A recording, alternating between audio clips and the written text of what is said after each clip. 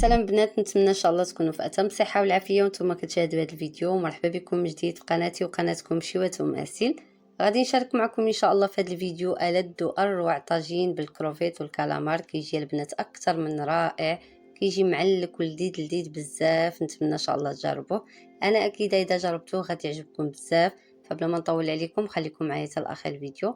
وإلا كنتوا اول مره كتزوروا القناه ما تنساوش تشتركوا في القناه وتفعلوا زر الجرس باش يوصلكم كل ما هو جديد. وما تنساوش لايك الفيديو الا عجبكم اكيد. غادي نحتاجو لجوج دروسه من الثوم محكوكين مع القليل من زيت البلديه. تشحروا هاد الثوم غير واحد شويه. من بعد كنضيفوا صوص طوماط اللي كتباع جاهزه. اختاروا شي صوص اللي تكون لذيذه ضروري. وبالنسبه للصلصه ما كنكثروش بزاف باش ما نغطيوش على المذاق ديال الكروفيت والكالامار. صافي من بعد كنضيفوا التوابل. عندي هنا القليل من الفلفل الاسود، قليل جدا من الملح، ما كثروش من الملح حيت باقي غنضيفوا عسل حامض في الاخر. زائد الصلصه كتكون حامضه. كروفيت والكالامر تا هما كيكون فيهم واحد النسبه من الملح باش ما يجيكمش شي طاجين ديالكم مالح. غنضيف ايضا ملعقه صغيره من الفلفل الاحمر، قليل من السودانيه حاره الا كتبغيو الحار ممكن تستغناو عليها الا ما بغيتوش تضيفوها، قليل من القزبر يابس، قليل من الكمون، واحد ربع ملعقه صغيره من كل حاجه.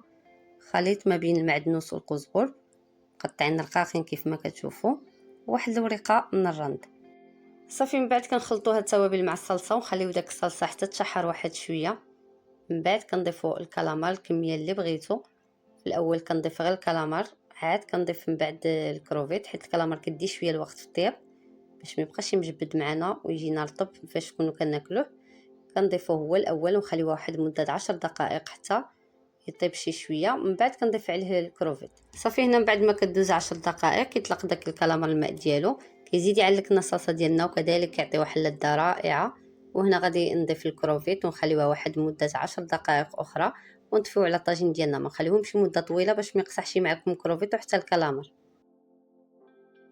وكيكون هذا هو الشكل النهائي الطاجين ديالنا. كيجي رائع ومعلك كيف ما كيبان لكم، لذيذ ما تشبعوش منه، كيجي غزال البنات. نتمنى ان شاء الله تجربوه غادي يعجبكم بزاف. هنا في المرحله الاخيره كنعصروا عليه شويه الحامض صافي وما كنخليوهش حتى ينشف. كنخليو الطاجين ديالنا كيف ما كتشوفوا كيف ما كيبان لكم في الفيديو كيبقى معلك. صافي هنا حبيباتي غادي نكون وصلنا لنهايه الفيديو. نتمنى يكون عجبكم الفيديو، وإلا عجبكم الفيديو ما تنساوش لايك الفيديو. شكرا على المتابعه وملتقانا في فيديو جديد مع وصفه اخرى ان شاء الله.